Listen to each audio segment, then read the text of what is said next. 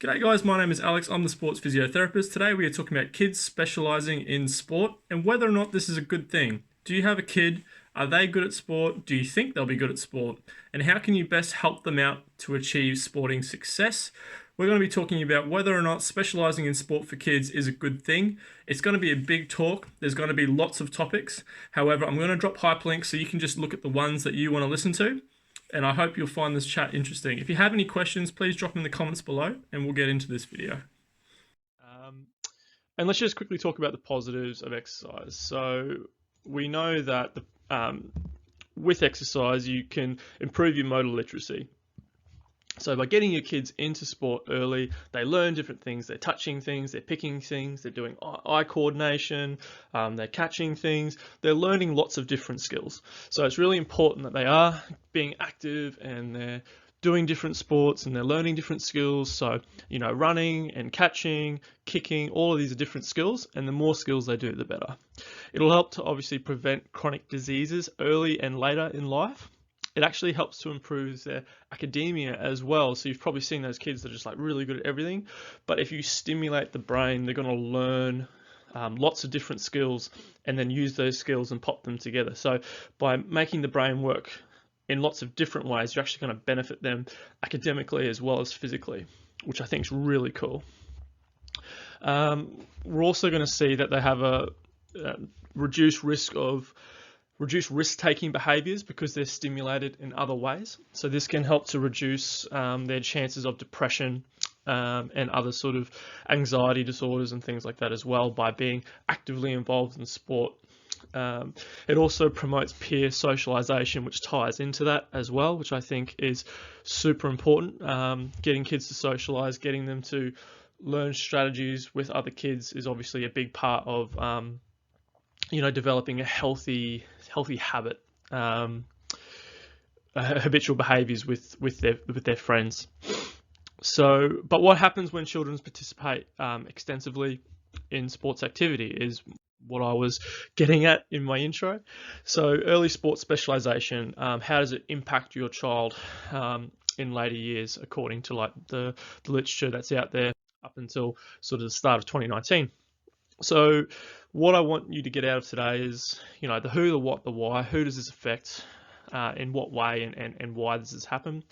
I'm going to tell you about the expert opinions and the latest literature that is out there. I'm going to look at it from the athlete's point of view. Should the athlete specialize? What happens if they do?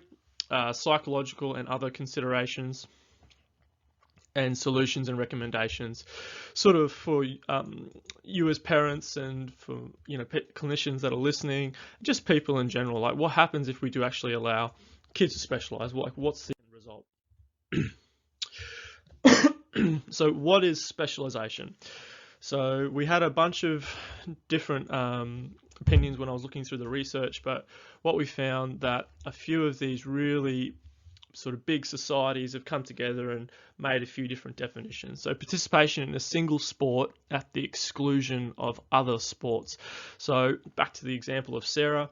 If Sarah's just playing soccer at the exclusion of other sports, is roughly when she's doing that for 8 months of the year and she's not playing other sports. So essentially, 8 months of during the school year and things like that, she's playing sport and not doing anything else, and it's always just soccer. She's not playing other sports. She's participating in one sport at the exclusion of other sports, and limited free play. So not like going to the park and doing other things, monkey bars, things like that. She's literally just pretty much playing soccer. And essentially it's doing this up until pre-pubertal age, so roughly around 12 years of age.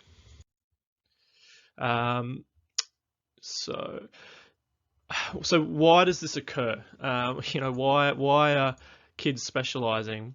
Well, there's been a global trend towards specialization occurring from as young as 4 years, with kids training longer, more frequently, and more intensely. And its more specific training has led to little or no time for unstructured play. So kids being imaginative, kids playing different sports, kids being able to explore and learn different things.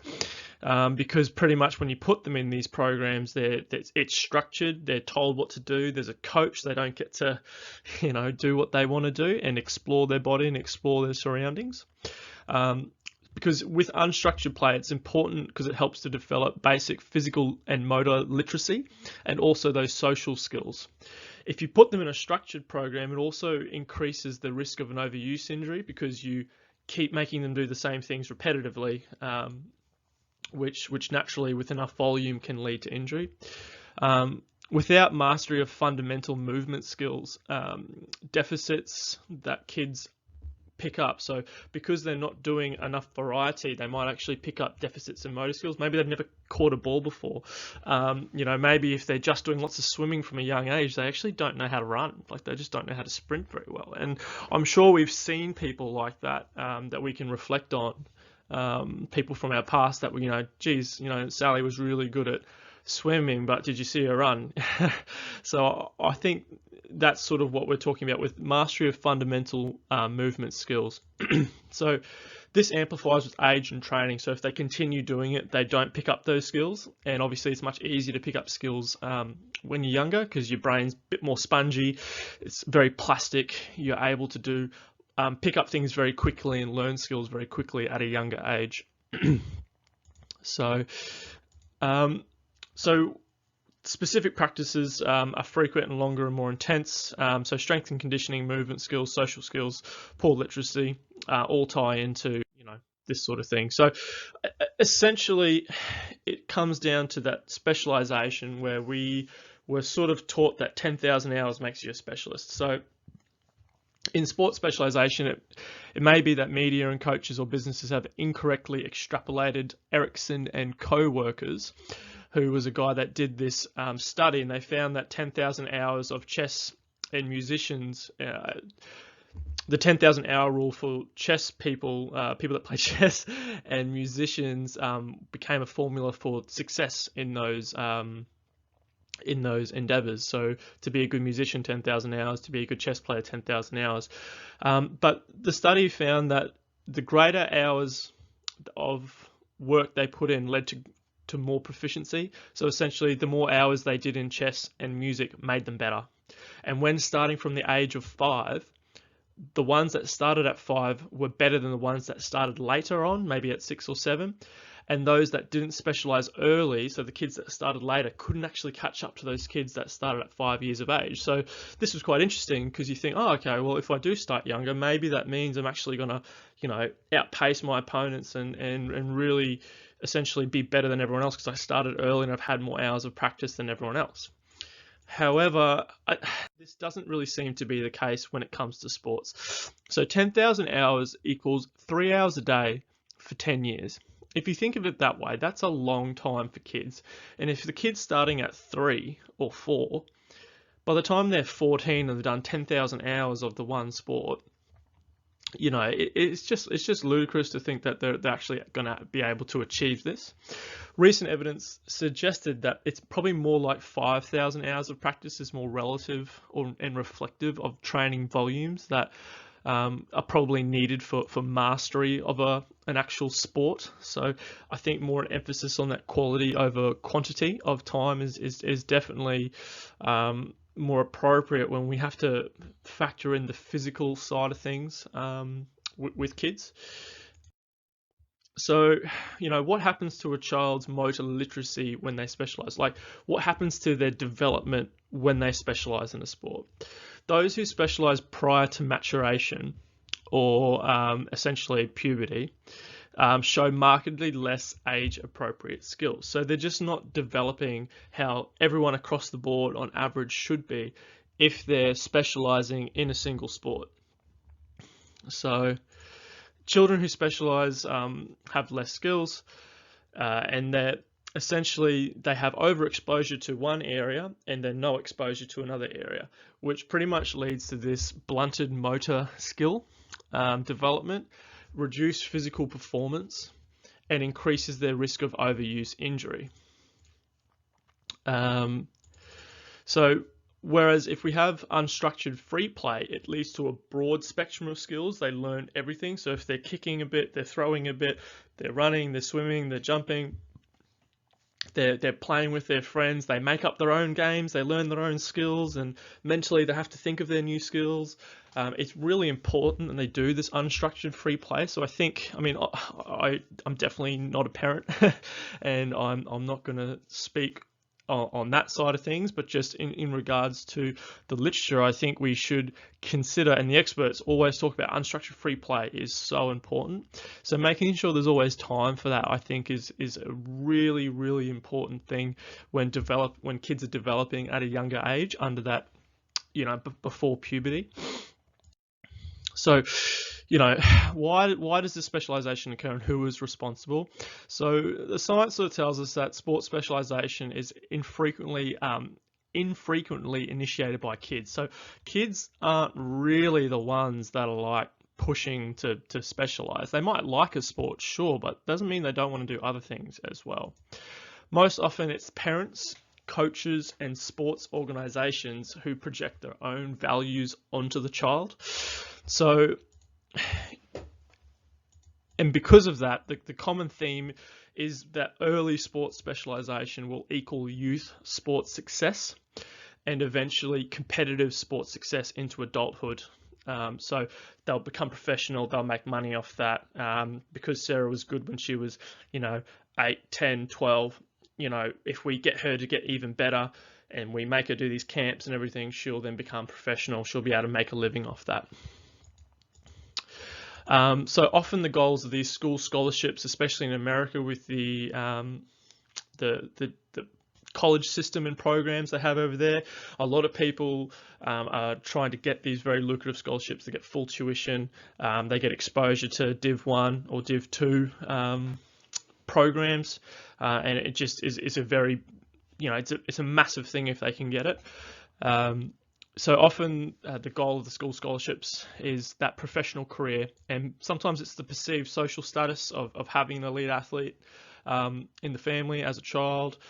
You were the coach of that one, of that elite athlete, and you got them to that high level. So there's other people's values and opinions that are being projected onto that child for them to essentially pushing them to try specialize and be focused on that one sport. So this results in increased competitiveness. It increases the amount of training load this kid is going to do. Like if the family can't afford for this kid to go to college, they might be pushing them a lot more. If the coach thinks, nah, this kid's my ticket, going to push them a lot more, going to make them train a lot more. It's going to lead to greater training loads and pushing professional programs onto kids from a young age. So essentially in Div 1 basketball, 49% of men and 55% of women specialized in basketball before the age of 12 years. So it is extremely common. And I think in sports like basketball, there is a culture of specialization, which, rightly or wrongly leads to certain, it's like a cultural thing within the sport. So what do the experts say? Well, the American Orthopedic Society for Sports Medicine found that, so the American Orthopedic Society, the International Olympic Committee, the Council on Sports Medicine and Fitness, the National Strength and Conditioning Association, the National Athletic Trainers Association, and the American Medical Society for Sports Medicine pretty much all agree that that this specialization isn't exactly a good thing. So Bell and colleagues from, I'll just check. Yeah, Bell and colleagues from this year in 2018 found that significant association between categories of high sports specialization and overuse in athletes under 18 years. So essentially, if you were a high specialization person, you're 81% more likely of an overuse injury compared to a low specialization. If you have a higher specialization, 18% more likely to have an overuse injury than moderate. So even moderate's a lot, but if the difference between sort of high to moderate is another big jump again. So you're nearly close to 20% more likely from the next level down if you're really highly specialized to get injured. And moderate specialization has a greater risk of injury than low specialization. So if you're in that low specialization category, if you push yourself up to that next moderate level, you're 39% more likely to get an overuse injury. So there is this incremental relationship with the more you do, the more likely you are to get injured. And this review, sorry, hit the mic. This review evidence was in agreement with the position stands of those sort of 6 bodies, and there's more out there that agree that, you know, specializing early has these risks, and that they do not endorse the early specialization, and that it should be actually delayed into late adolescence. So you've got these really important governing bodies that are sort of saying, look, don't let them specialize early. Make them do different things, make them play different sports, make them at least wait till puberty before they start to specialize. So what do the numbers sort of say on this topic? Well, it's quite interesting that if you have a high median income and if you have private health insurance, you increase the risk of your child having early sports specialization, because essentially you've got the money to put onto your kids. You want the best for them. We want them to succeed, and we think that they really enjoy the sport. So, you know, why not get them that extra training, put them in that academy, make them, well, not make them, but get them, provide that opportunity for them. But it's quite interesting that if you have the money, you're more likely to get your kid to specialize more. This leads to greater hours of practice per week. And essentially we sort of, well, I sort of found that if you have more hours of sports practice per week than their age in years, a ratio of excesses to 2:1, organised sports to free play time suggested a greater likelihood of being injured and develop a serious overuse injury. So essentially, if we see here on this graph that we've got here, you know, if you're 16 years old and you're training more than 16 hours a week, you increase your risk of injury. If you're 11 years old and you're training more than 11 hours a week, you're increasing your risk of injury. And essentially organize sports to free play time of 2:1. So if you're doing 10 hours of organized soccer a week and only like 3 hours of unstructured free play time, that also increases their risk of an overuse injury as well. So we've got to also factor in, well, what's the ratio of what they're doing, you know, soccer, basketball, to just mucking around with some friends and playing some different sports. So training greater than 8 months per year in a single sport, we've sort of mentioned before, is puts you in that risk of a high specialization.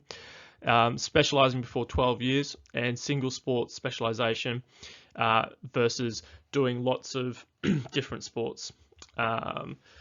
So if you're single sport specialization, you have a greater likelihood in individual sports to develop an overuse injury than a team sport. So essentially, if you're a keen tennis player, you're more likely to get, if you specialize in tennis, you're more likely to get that overuse injury in tennis than if you are specializing in a team sport, because there's just more factors, there's more variables in a team sport environment. In an individual sport, it's very focused on that child. They're the ones that are doing all the training. Everything is literally focused on that one person. So what's the actual perception? So what do the kids actually think? So I thought this was super cool. So American high school athletes, so these are high school kids, 45.8% believed specialization increased their risk of getting injured. So only 45% actually believe that if I specialize, I might get injured. 91% believe that specialization increased their performance. 80.9% believed it helped getting selected for their high school team. And 66.9% believed it would help them for college selection. 15.7% of athletes believe they would get a college scholarship due to their performance at a high school level. So essentially, only less than half think they're going to get injured. 90% of them think it's making them better. Close to like 4/5, more than 4/5 think that it's going to help them get in the high school team.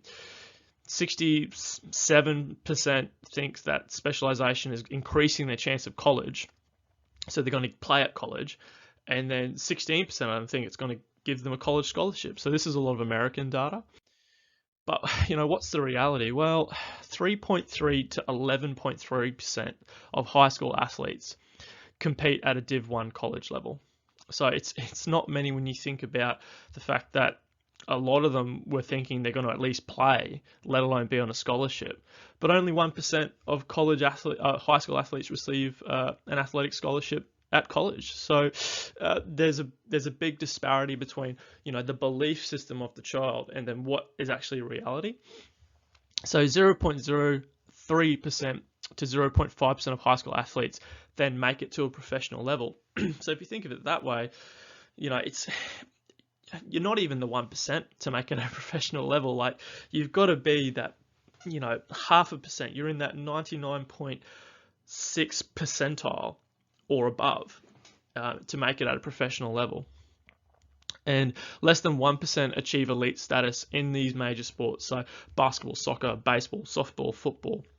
It's just very difficult for kids. So a lot of these kids that specialize, Sarah that was really good at soccer when she was younger, she didn't make it. And it's not to say that she shouldn't be trying or anything like that, but we'll dive into that in a sec. So stay with me. I'm not trying to be negative with this talk. So should kids really specialize? Well, participation at World Junior Athletics Championships, 61% of the finalists in the 2002 World Junior Cup were not present in the IAAF rankings as adults. So essentially, 61% of the kids that were in the finals or won didn't actually go on to be a professional athlete. So being junior success, so being in the top 10, being a top 10 athlete didn't link to being a senior athlete, and youth athletes dropout was 56.6% for males and 81.5% for females. So if you're a female athlete, even if you're in the World Cup, even if you're at the international athletics, 81.5% of them drop out. It's crazy. So there's a lot of reasons for that, which we'll dive into in just a sec. But in athletes where peak performance is achieved around the senior category, high performance in early years in young athletes is not related to later success. So therefore, early specialization should really be delayed due to the risk of injury and adverse psychological stress. Thereby the sports career organized with less training at an earlier age sort of benefits them. So you don't really sprint really fast at a young age. Some kids do, but the majority of them don't. They've got to develop just physically. So making them do like lots of sprints early doesn't mean that they're going to sprint much more later, but it does increase their risk of injury. So maybe just waiting until they get that little bit older before they dive headfirst into athletics. Not saying don't do athletics, but make them do everything. Make them do sprints and javelin and shot put and things like that. Make them do lots of different team sports, because we'll get into the benefits of that in just a second. But I think when we take a step back, we can go, well, hang on, not really going to throw that shot put very far when they're a kid, when they're 6 or 7 years old. They're not really going to be able to, be that professional athlete at 6 years old. They're not going to turn professional at 8. So should we really be making them do that? So athletes that specialize earlier experienced less success as they became older. So the kids that were really good younger and they kept pushing, they didn't necessarily develop that success when they were older. In addition, early involvement in international events and selection of talent during the early ages isn't a prerequisite for success either. So thereby early success in young sports is no guarantee of that later success in elite sport. 70% of tennis players specialize before 10 and a half years, with 95% specializing before the age of 18. However, enjoyment and satisfaction in the sport and in life decrease significantly after 14 years. So some of these kids are pretty miserable from 14, but they're still specializing up to the 18. So we've got to think, well, why are they actually doing it if they're, not really enjoying the sport anymore? So athletes who achieve elite sporting success intensified their training towards the end of adolescence, leading to greater volumes of training in early adulthood. So let's get into some of the good stuff. So kids that delayed actually had a greater chance of sporting success. And the idea that those kids that started at 5 years old, the musicians and the chess players that outpaced their their peers, doesn't seem to exist in sports. So these people that waited till they're later and probably found a sport they were really enjoying and they really loved, then made up for those hours at the back end of their childhood. So kids with 3 or more sports up until the age between 11 and 15 years were more likely to play nationally at ages 16 and 18. So if you don't specialize and you don't have a lot of sporting success up until you're 15, 16, cool, that's all right. Because if you're playing lots of sports, you're developing lots of different skills. And then when you do decide, when that kid does decide, you know what, basketball, soccer, lacrosse, netball, javelin, whatever, they're probably going to take a lot of those experiences from those sports and put them in another sport. I mean, we've all seen how hand-eye coordination with cricketers and golfers and baseball players, they're able to pick up a stick, and no matter what stick sport it is, they're going to be pretty good at it. So they take skills and bring them to another sport. So I think that's really interesting. So we also found that sports measured in centimeters, grams, or seconds found later specialization and exposure to lower volumes of specific practice early in life are significant determinants for elite performance in adulthood. So think of sports that do this. So we've got long jump, we've got sprints, weightlifting, all these sorts of things that are measured in centimeters, grams, or seconds. If they don't do as much early, and they do lots of different things, they build up their motor literacy, they play lots of sports, as they get older, as they start to find, hang on, I really like high jump, they're going to get better at it because they're taking a lot of the skills that they've developed, their physical attributes they've developed in other sports. They're going to come over and going to help them at the sport they finally decide to do.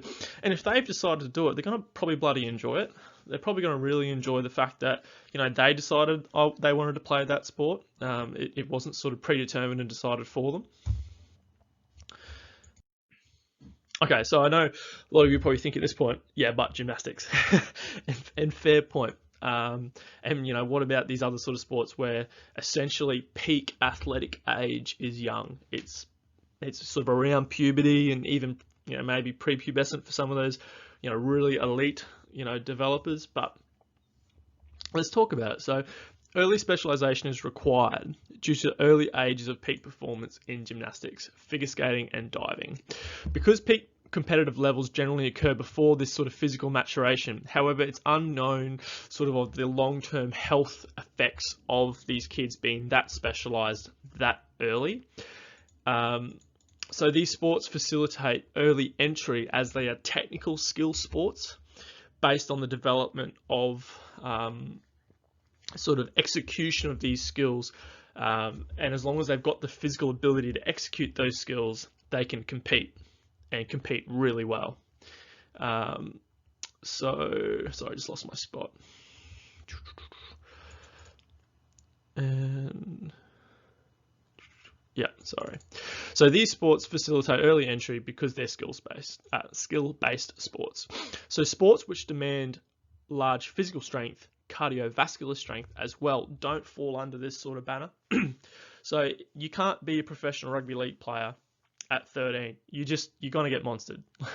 They're just not physically built enough. You can't be a triathlon professional at sort of 13 years of age because they're just not physically able to produce the cardiovascular requirement to compete with the adults. However, in these skill-based sports like diving and figure skating, if you're an early maturer enough that you can execute the skills to the standard, you can compete at a younger level.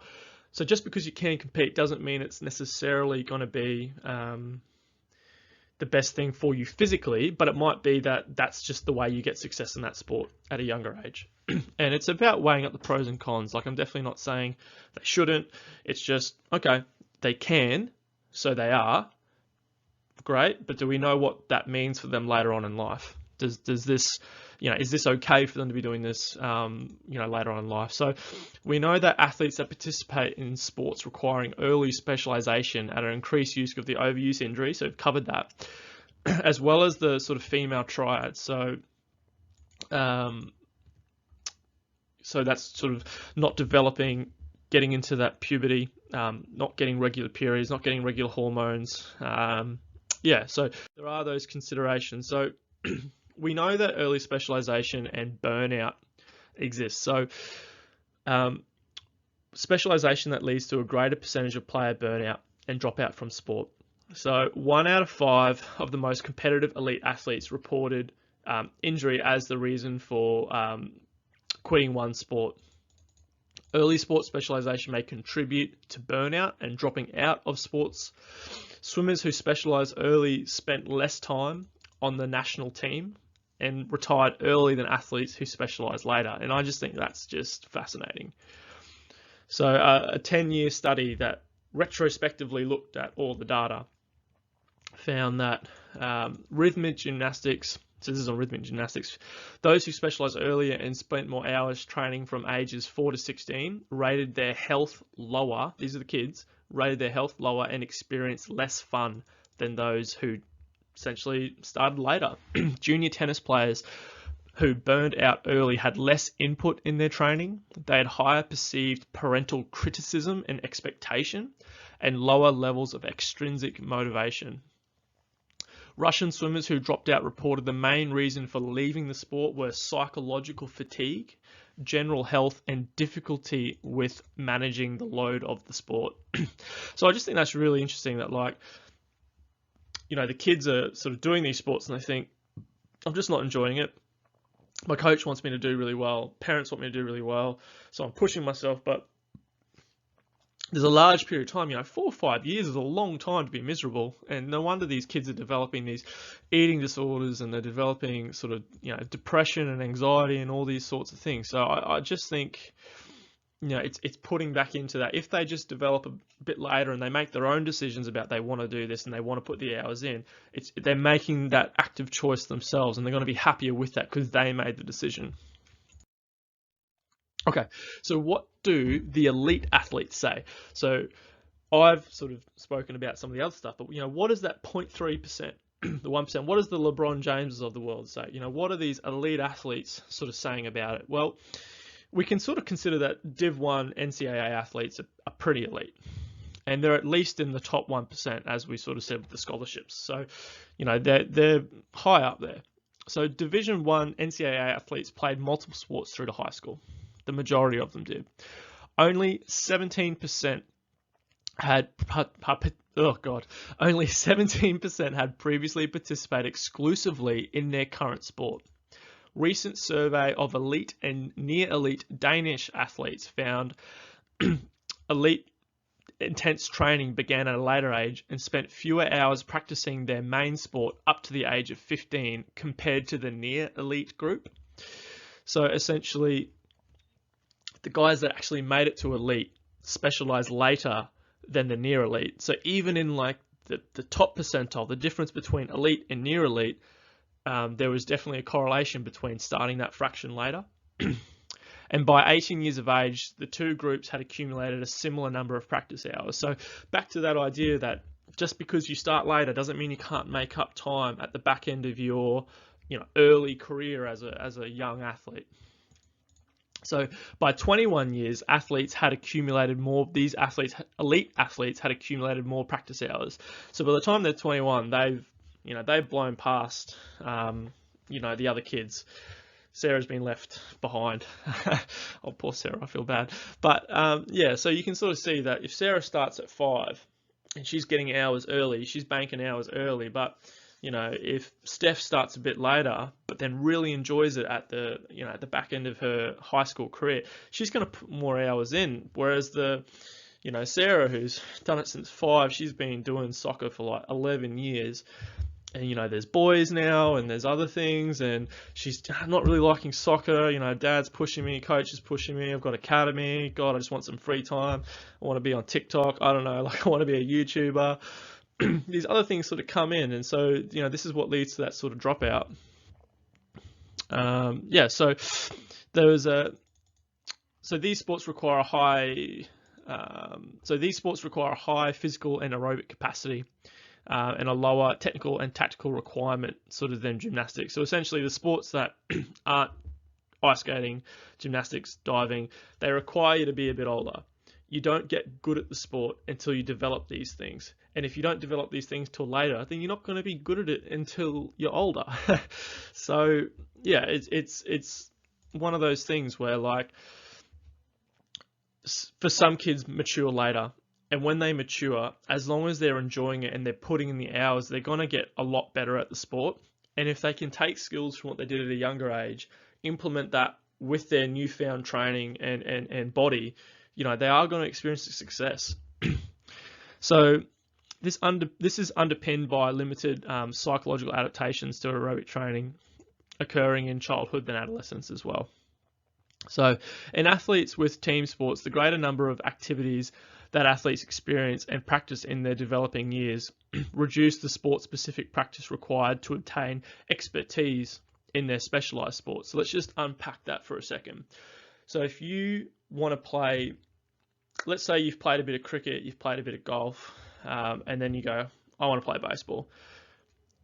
The entry level for that kid is going to be not as low, because they're going to come in at a higher level to that sport. It's like they've played it before, because they've taken skills from other stick sports and used it in baseball. If you played a game that had stick sports or something like that in it when you were a kid, and you played it with your brother up until you're 12, and then you just go, well, I'm going to give cricket a go, the local school team, and then you really kill it at cricket, and they're like, you must have played before. I'm like, no, I haven't. But that kid has essentially picked up some skills elsewhere, and that's allowed them to come in, at an intermediate level, or maybe even towards an expert level in that sport, and they don't have to start at the bottom. So lots of different skills means that you can sort of jump in at different sort of levels, because you don't forget those motor literacy skills that you develop early on.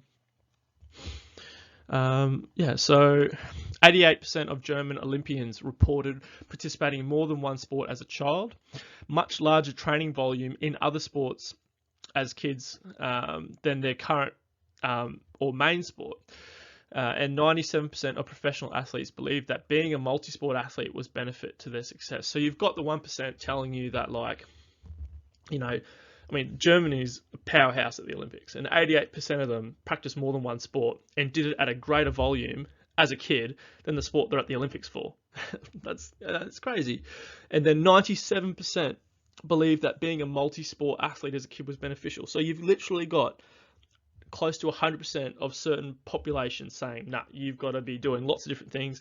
I know that because I played soccer as a kid and it's a 360-degree field and I got good peripheral vision, and then I decided to play AFL, I've learnt that 360-degree, and now it's, I can transfer that. Or, you go from playing AFL like rugby league, AFL's being a bit more 360, rugby league's a little bit more up and back.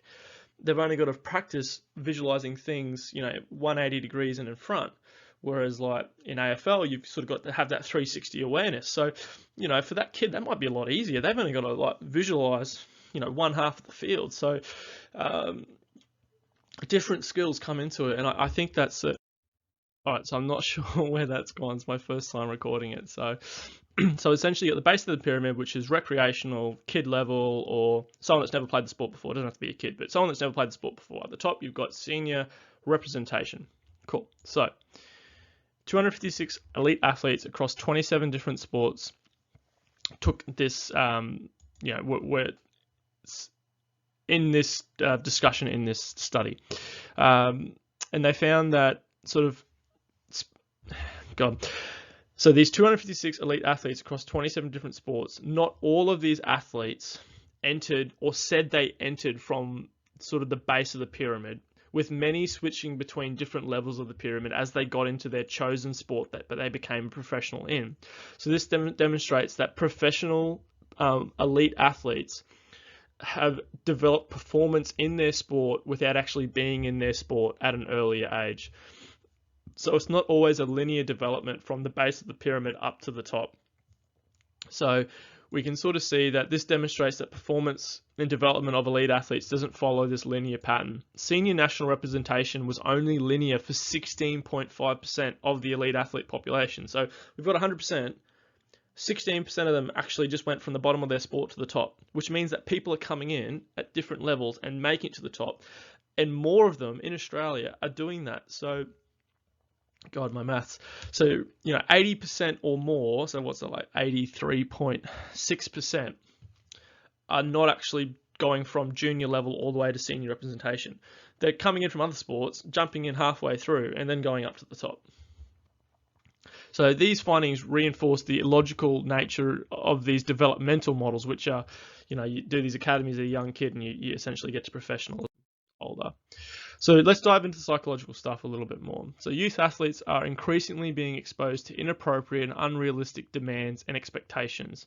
And as a consequence, psychological overload, with up to 75% of kids reporting feeling pressure from coaches and or parents to specialise.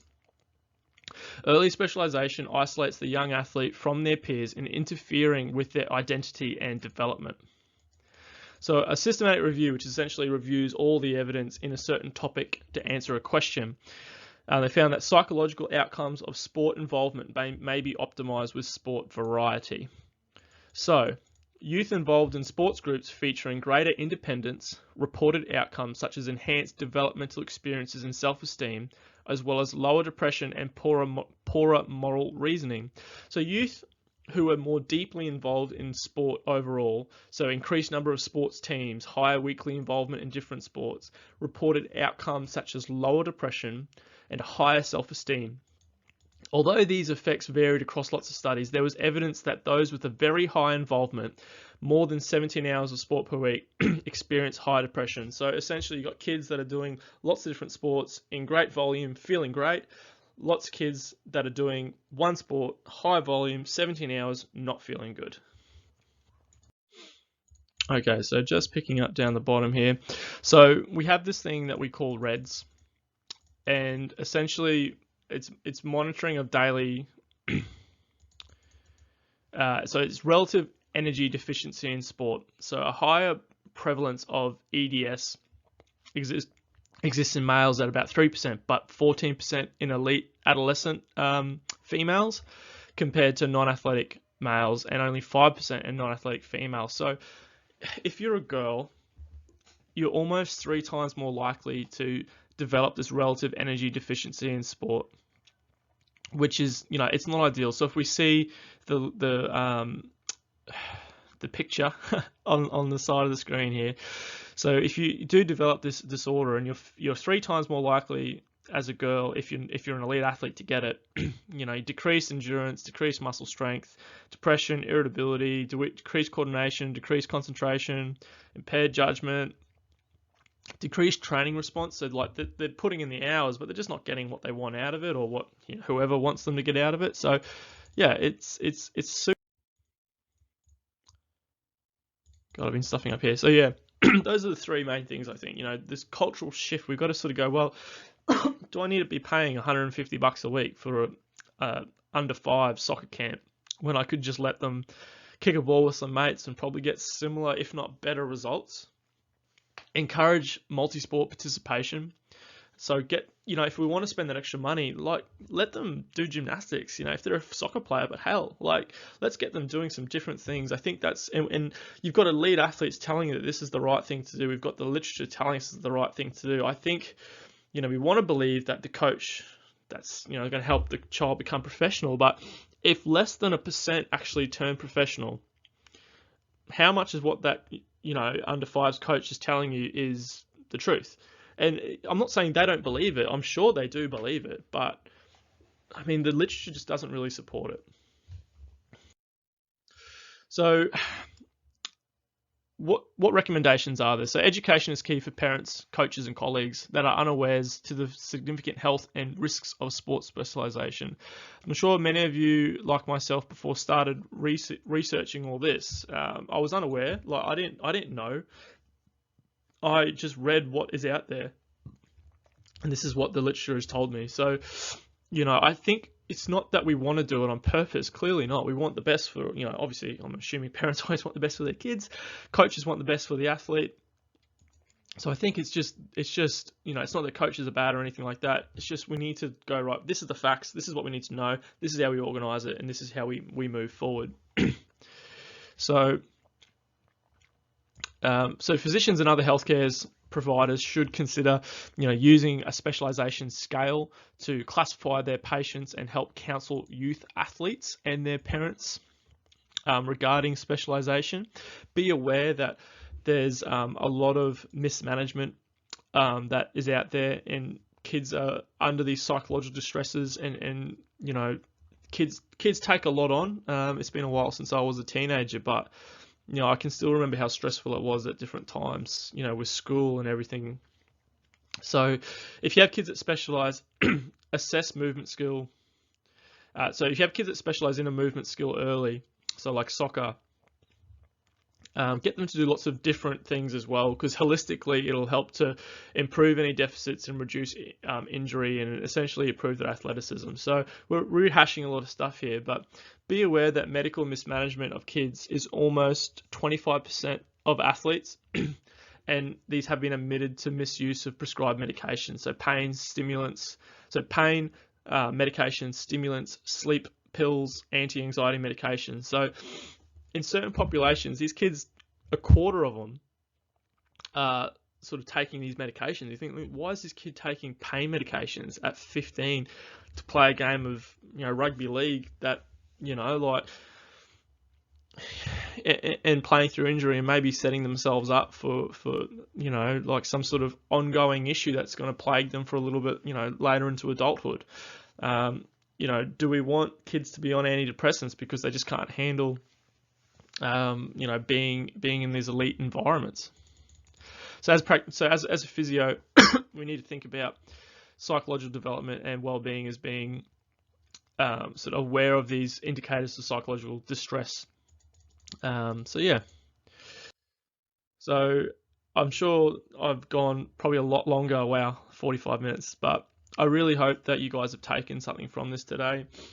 It's definitely not me attacking anyone or anything like that. It's just really interesting that, everyone thinks that if you specialize early, I thought that if you specialize early, you increase your chance. To me, it just made sense. But when you take a step back and think, hang on, if my kid does a lot of different things early, they can use that skills to do whatever sport they want to do.